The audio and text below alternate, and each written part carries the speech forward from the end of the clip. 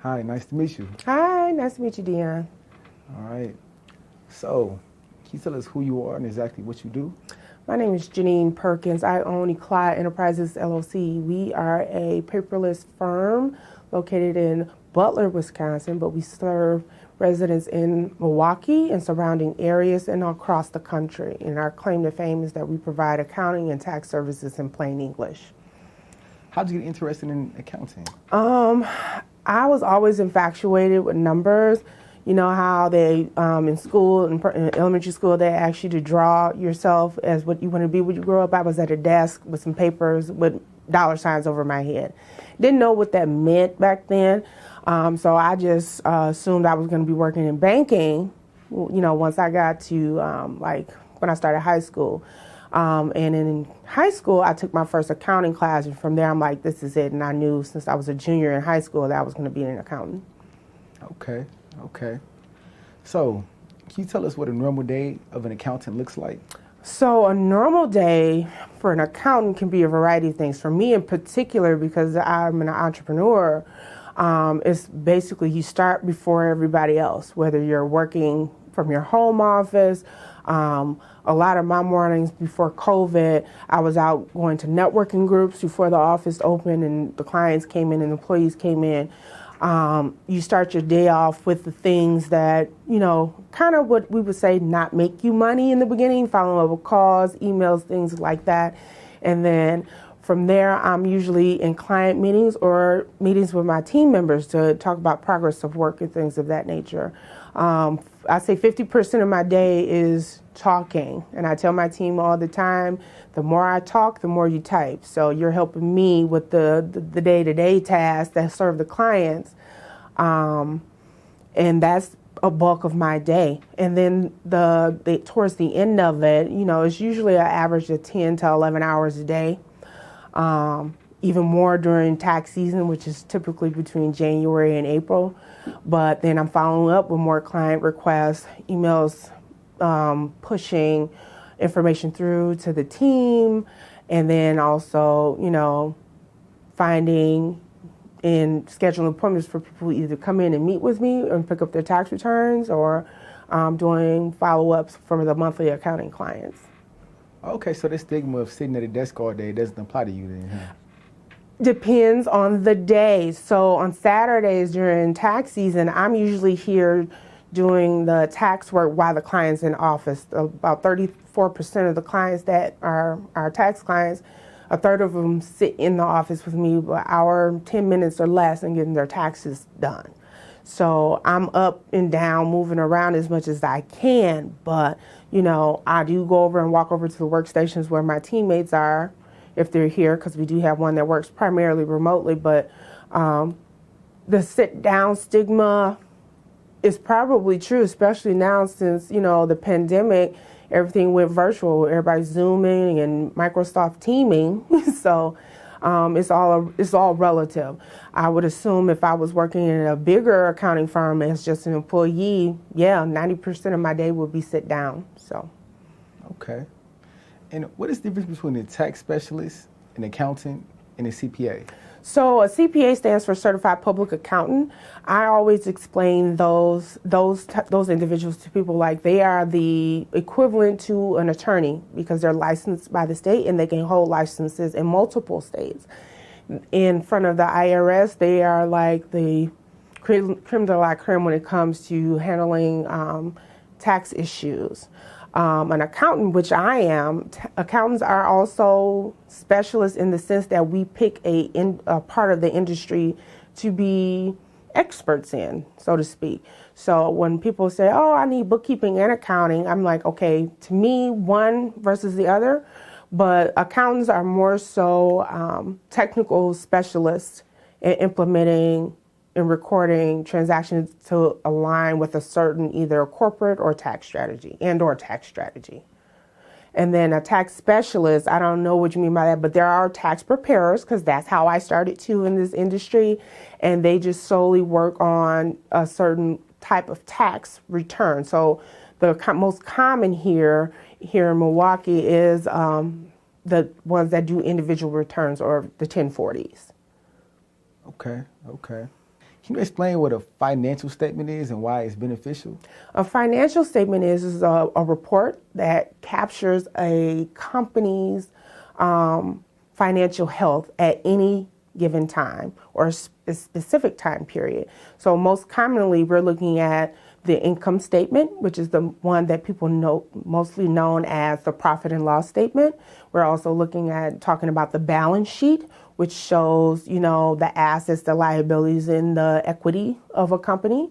And then the one that is the least understood is the statement of cash flows, which shows how money moves through a company at any given time. Okay, so you look over those things while you're accounting or you account? Yeah. And for the most part, we focus on the income statement because that's the one that people grasp the most. The balance sheet usually comes into play when people are trying to get stuff from other folks. So what I mean, like loans, business vehicles, things of that, or even buildings at this point. Usually when you're trying to acquire what we call an asset, that balance sheet will come into play. Some third-party outsiders, as I call them, like banks, some financial advisors, some attorneys and things like that, they want to look at the cash flow too, the statement of cash flows, to see how the money's actually being used in the business. Okay. I know there are 4 different flavors or subjects of accounting. Could you explain what bookkeeping is? Bookkeeping is basically recording the day-to-day entries of a business. So it's basically, recording bills that need to be paid, following up, sending invoices out to clients and customers that need to be paid. If the business is running a POS system, point of sale system, like a cash register or even a Square tablet or something like Clover, recording those and reconciling those transactions on a fixed time period. Also, it requires matching to source documents, receipts, invoices, bank statements, things of that nature. Okay, and then financial accounting? Financial accounting is one tier up above that. That's how it is in the industry. Financial accounting is basically reporting and analyzing those summary of those transactions, again, for a specific time period. Most commonly, people should be looking at it on a month-to-month basis, but most importantly, most folks, especially smaller businesses and what I call solopreneurs, they're focusing on an annual basis for the tax, prep. So accountants also do some budgeting, some forecasting, so we can predict the growth or how something catastrophic like a pandemic can impact, the health of a company. Okay. And then managerial accounting. Managerial accounting is, I would say, like the sibling of financial accounting. Managerial accounting deals with the processes more so within the organization and how we track that. Most commonly used on a level of broader reporting for outsiders. Okay. So if you were like to buy a home, they would more so look at the managerial accounting of your finances. More so the financial, not the managerial. Managerial implies that you are creating, that you're looking at a perspective of, okay, if we made 10 widgets, how does that, impact our business? Do we have waste, byproducts, and things like that? And how do we relate that confidence to investors and things of that nature? Okay. And then income taxes. Income taxes is basically annual reconciliations of all the income and all the expenses a self-employed person or a business have to report on a form. Most commonly the 1040, and within that 1040 is Schedule C, as in Charlie, or a E, as in Edward, which is primarily used for real estate. Income tax returns are basically become the 4th financial statement, believe it or not. That is usually the most important because it's basically a level of compliance that the state and the federal government want anyone with a social security number to provide, or ITIN. Okay. And then what are 10% files? 10% files is a term well, let me explain that term first. 10% files is usually used in what we call the big four accounting firms, the Ernst & Youngs, the Deloitte and Touche, things of that nature. But what 10% files are the month-to-month comparisons of primarily the balance sheet and the income statement or profit and loss, to find any variances and anything within that outlier of 10% in favor or against the company's health has to be investigated. So commonly, the one that we see a lot is that we see a miscellaneous deposit of money. We can't tie it to an invoice, and we follow up with the client saying, hey, what is this for? So basically anything weird going on in the business. That's out of the norm, yeah. And I tell my clients all the time, you know, as we get to know each other, that first 6 months is trust. But then I have to investigate because people are very habitual and the money always shows their habits. Okay. Can you explain what makes something an asset, a liability, and an expense? So when I was used to do presentations for SCORE, I always explain an asset is something that you cannot put in your pocket that helps you make money. Okay. Assets are also deemed like your bank account, the cash in the bank account. The money that is due to you from customers, as well as the other nouns, people, places, and things. So people would be the clients that owe you money. Places are buildings and things like that, things that have addresses and doors, and other things, cars, trucks, anything like that. And then there's some other not so common but important assets like trademarks, and other intellectual property that would be considered assets.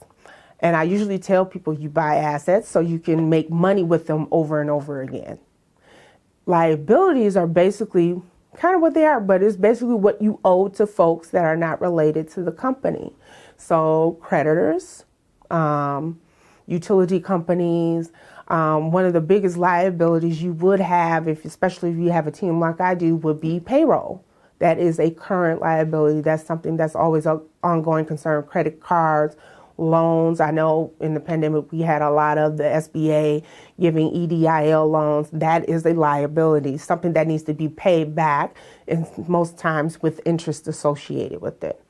The equity section is showing how much skin the owner or the owners of the company put into the game, so to speak, and how the business is leveraged. So you can be leveraged by investments from the owners. You can be leveraged by debt, by borrowing, or raising new funds in the field through like an IPO or something. Because I know people got involved in investing and learning more about them in the past year, but that's what IPOs do. It creates more equity that we can turn around and use to buy more assets or acquire more things to help us make more money. Okay. And is a home an asset or a liability?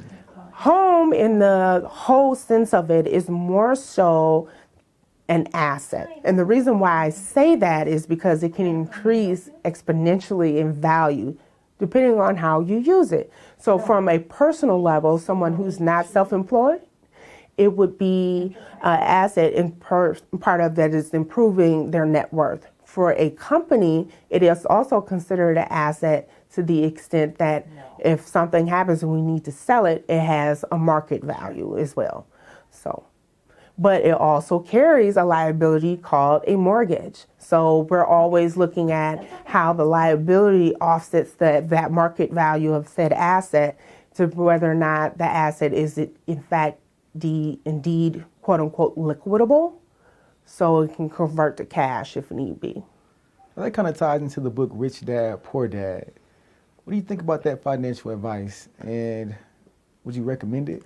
I mean, me personally, when it comes to financial advice books, I'm always indifferent for the simple fact that there are different viewpoints of life.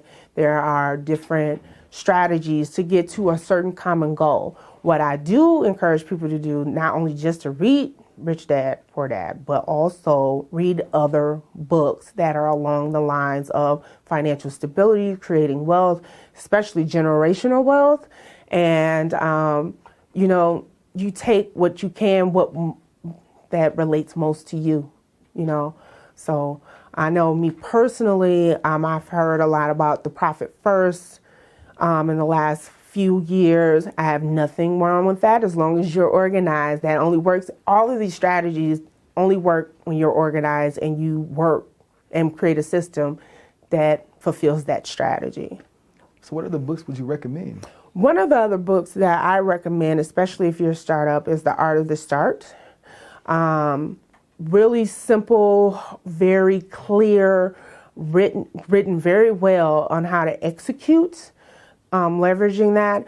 Also, I follow is a black lady, she's called The Budgetnista. Her book is really dope. I like that one. Another one that I've read and is not related to this or anything is The Four Agreements. I love that too. Even though it doesn't deal with anything financial, it will help you not personalize the whole entrepreneurial or business pursuit. So. Okay. And how big do you think a business needs to be to require an accountant? And that's kind of why I created my company. You can be at any level at any stage of life and you need an accountant because you don't know everything. Not one human being on this planet does. And my business, when I started it, just focusing primarily on taxes, helping what we call middle class, blue collar workers here in Milwaukee get answers to things that they need at an affordable rate. So it's really about how often you want to partake in those services. And in the beginning, I had what I call those my bleeding heart clients. You know, I was going to help them no matter what. But I always encourage people, if you feel like you're overwhelmed by numbers, you need to outsource that to somebody else. Give it to somebody else that you trust, someone that you're confident in at any stage. Well, some people are afraid because they feel like it's too expensive. What's the price of an accountant such as yourself? Well, I have a flat rate. The monthly accounting plans start at $150 a month. We do customize plans based on what the client needs. So I have clients that are basically treating me and my team like that outsourced team where we're handling everything. I'm even in meetings sometimes with lawyers. And then we have others like, no, I just want to make sure I don't owe next year. So it's a wide spectrum. Some of them we are helping administer the payroll for their company. Others we're doing sales and use tax compliance, as well as another woman I've been working with for the last few months. We've been working on doing her profit and loss and her projections and what she needs to, the goal she needs to achieve so she can hire her first employee. Okay. I know you mentioned before you did taxes. Mm-hmm. What is the tax audit and why are people so afraid of it? So a tax audit is basically the IRS saying, hey, we think we got some additional information that was not included on your return. So they start the whole process. The IRS and the state of Wisconsin will start a correspondence audit. So that's why you get those letters. Don't ignore those letters. If you don't understand it, it's 1,000 accounting firms and tax preparers here that would do a consultation with you so you can at least understand what's going on in the letter. And it's usually saying, hey, we need you to check your records against ours. That's what the audit is. Okay. And what happens if you ignore it?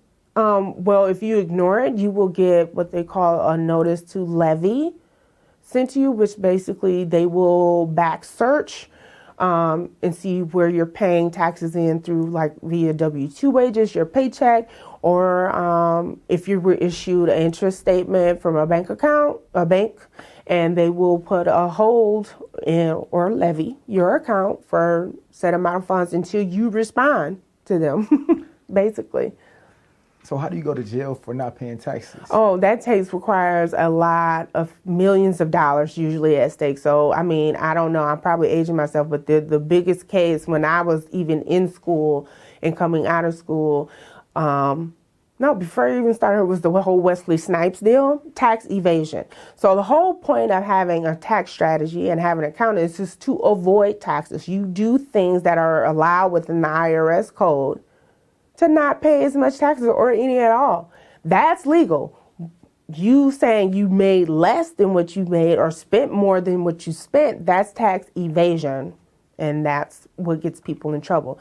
The IRS is not all about locking people up to the extent they will force you to liquidate. So they will take cash out of your account. They will force you to sell cars, homes, things like that to help satisfy that balance. But ultimately, if you are deemed insolvent and you're looking at what they deem substantial, and the word substantial is subjective, they will force you to do federal prison time. They have the power to do so as deemed by Congress. So what happens if you make money by going to work, but you never file your taxes? What will happen is that they will send you several notices saying, hey, we got these reports, we need to, receive a tax return from you. Oftentimes they do that because they feel like they have something that you owe them, and the IRS has 10 years to collect on it, even though us as individuals have 3 years to file and claim refunds. So a lot of that came up during the pandemic. I had people who had 4 or 5 years done and they had money that was owed to them. We couldn't claim it because you didn't file the IRS code. So you're in the clear. You just gave them that money for free. But as far as the ones that typically owe, it's usually because I've heard a wide variety of reasons why they haven't filed. And most of it is due to the fear of owing. And it's usually not that bad, And my clients say, oh, well, I wish I would have came to you sooner, and that's okay. But now we need to just create a plan so you don't be in this situation anymore. But I strongly encourage people, if they have not filed, please file. You don't tell the IRS, you don't let the IRS tell you what you owe. You tell them what you owe by filing a tax return. Okay. Can you explain the different tax brackets and how they affect the individuals within them? So the tax brackets they range from 0 is primarily, it's 5 now. It used to be 4. I have to keep remembering because a lot of changes happened in 2018. But it's a progressive tax system that is based on what we call your adjusted gross income, what you made throughout the year. Most folks is what you have in box 1 on your W-2, or if you're looking at your paycheck stuff, the gross, not the net. And it affects different people in different ways. So for instance, the highest one right now is 37%. Most folks in that tax bracket have other things that they can write off that most people, let's say in the 15% tax bracket, cannot. Most of my clients live in that 15 to 25% tax bracket, and they're learning how, and we're working with them rather, to how to manage that so it's not so detrimental to the overall, net cash flow to the family or the person. So most folks in the last couple of years, I would say since 2008 when the Jobs Act, a lot of people saw a spike because they moved into a new tax bracket when they added that 4th one. So in the last 3 years, taxes on a federal level have been pretty high. The states have been pretty stable. Not too many changes, even with the pandemic, with all the stimulus and the unemployment benefits. But that very first year, 2018 to 2019, people saw a spike in their federal income tax levels. Okay. And what do you think about Tax Turbo and any self-service tax platform? You mean TurboTax? Yeah, TurboTax. So I always tell people, if you feel like you don't need someone like me or some of my colleagues in the industry, research thoroughly any tax program that you're going to use if you're going to do a DIY product. For me, TurboTax and another one, Tax Act, is another big one. H&R Block has their product as well. They're okay as long as you know that whatever you use to file those, they don't have the additional support in place with the payment that, unless you pay for it. I know you can pay for different tiers and add-ons and things like that if you do get a notice. And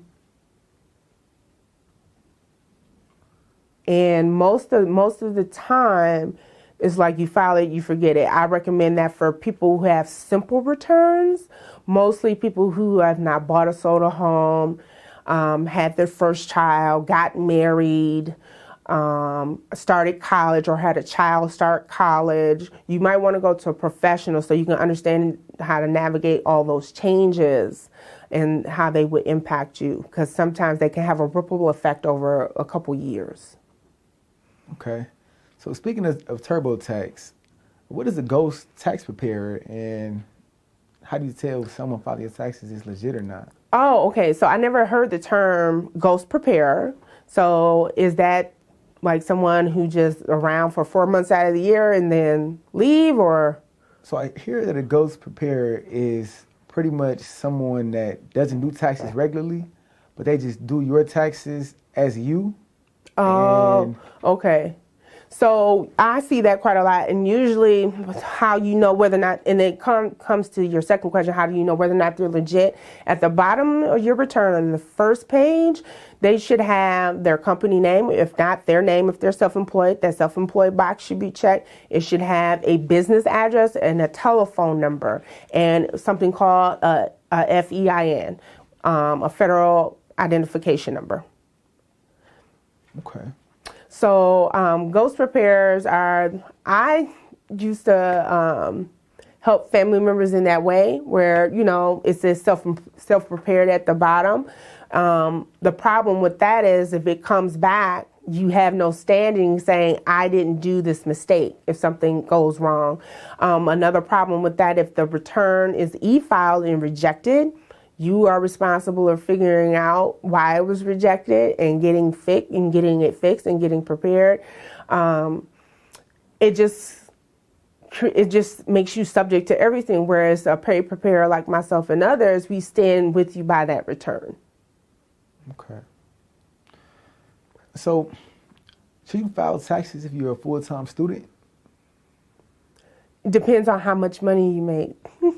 Like scholarships and grants and loans. Right. So as a full-time student, you get scholarships and grants, and you have to look at all the expenses related to you being a full-time student. For instance, tuition is the biggest one. Books have always been expensive, right? And then there's room and board.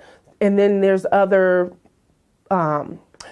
fees and other payments you have to make as a full-time student that is also applicable, but those usually are the big 3 to 4.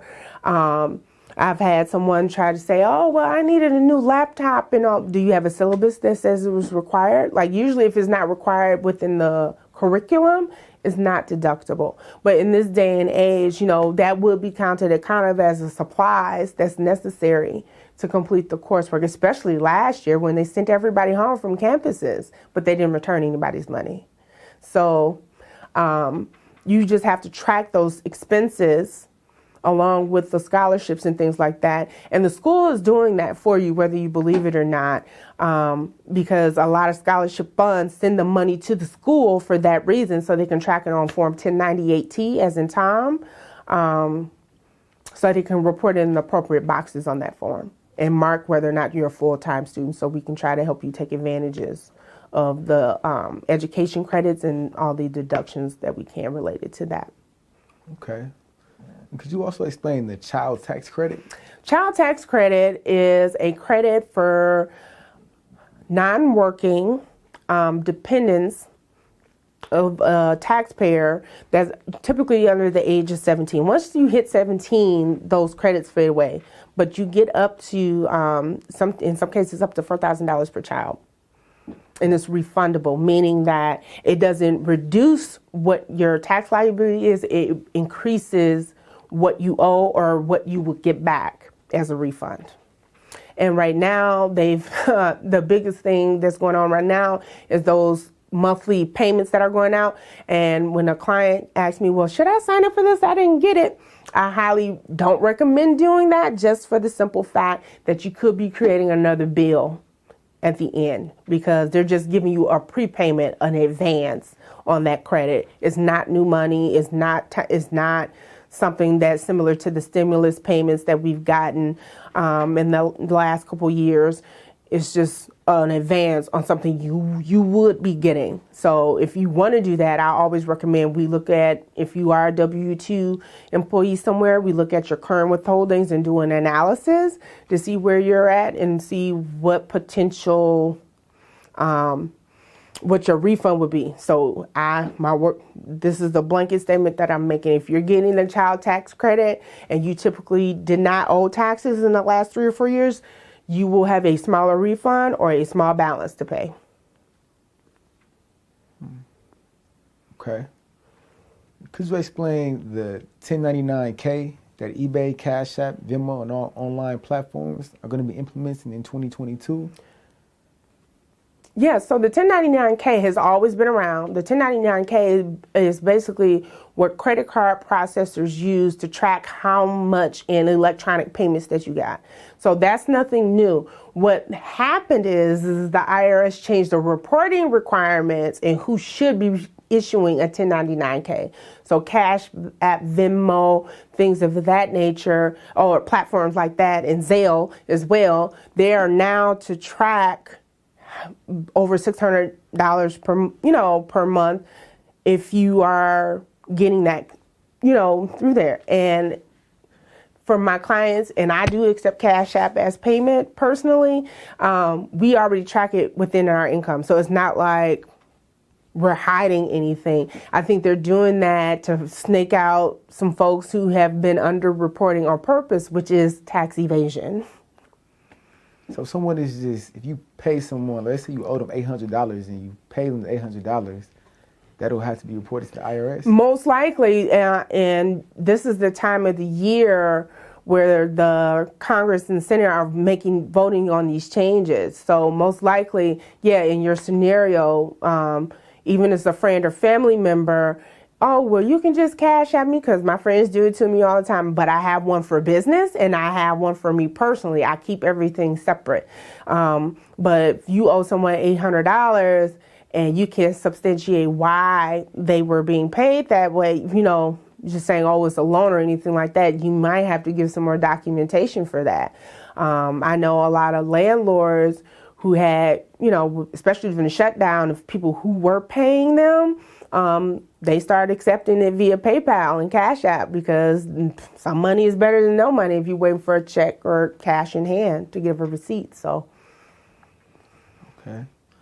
And can you explain what a write-off is and how to get them and what it means for your business? Write-offs is basically what I say is the slang term of what we accountants call an expense. Write-offs are basically, the term comes off, you can write it off against any income that you earn. Usually, dollar for dollar, for every dollar you made, you incurred some kind of expenses or accumulated some write-offs to help you get that $1. And it could be a variety of things. The most common things that people are going, oh, can I write off my meals that I bought and things like that? In certain instances, there's a whole guideline for that. Can I write off the use of my car? Yes, you can, as long as you're tracking the mileage that you're using for business purposes. Can I write off, one of the comments, the biggest thing is, if I put my kid on payroll, can I write that off? Yes, but you have to be within reason. There's ways to do that. But you have to be reasonable because you have to adhere to the child labor laws in the state that you're in as well. So, you got a 4-year-old with, $10,000 in income coming in, that's going to look suspicious. But as far as, if you have teenage kids that are of working age, most definitely you write them a job and you actually make them work instead of just, giving them money. That's a viable way. Also, too, one of the common things that people miss all the time is not having a designated workspace in the home. You can deduct business use of your home if you have a designated workspace. So it's determined by square footage. So if you have a area in the dining room or the living room, do a quick walkthrough by feet So you can get the square footage of that living room as well as that workspace or wherever it is. So we can get a percentage of that. And that opens up rent, mortgage interest, not the mortgage payments, real estate taxes, renter's insurance, homeowner. So there's a variety of write-offs that you can get as long as you're organized and you're documenting everything. The problem with the IRS, with the audits that I represented in one, and we couldn't get all of the expenses, is that we didn't have documentation to substantiate. I just can't make stuff up. That's not what I do. I'm in the business of reporting and providing confidence to outsiders that your numbers are right. However, if you cannot substantiate it, the IRS does have a guideline. They publish their audit guidelines online. It's a lot of boring reading, but it's worthwhile so you understand what you need to substantiate to claim and protect your write-offs. Okay. A lot of information. I know, right? I mean, yeah, that's why some people fall asleep in accounting classes. It's a lot of information. Yeah. So if someone wants to get in contact with you, how would they get in contact with you? Well, you can find me on Facebook. I have a personal page, but my business, Eclat Enterprises LLC, is spelled ECLAT Enterprises LLC. You can also Google accountant near me. That's how a lot of my new clients have been finding me in the last year. So yay, Google. But as far as that's concerned, you can call the office direct at 414-375-9600 or hit us on the cell phone at 414-301-2798. All right. Sounds good. All right. All right. Thank you. Thank you, Dion.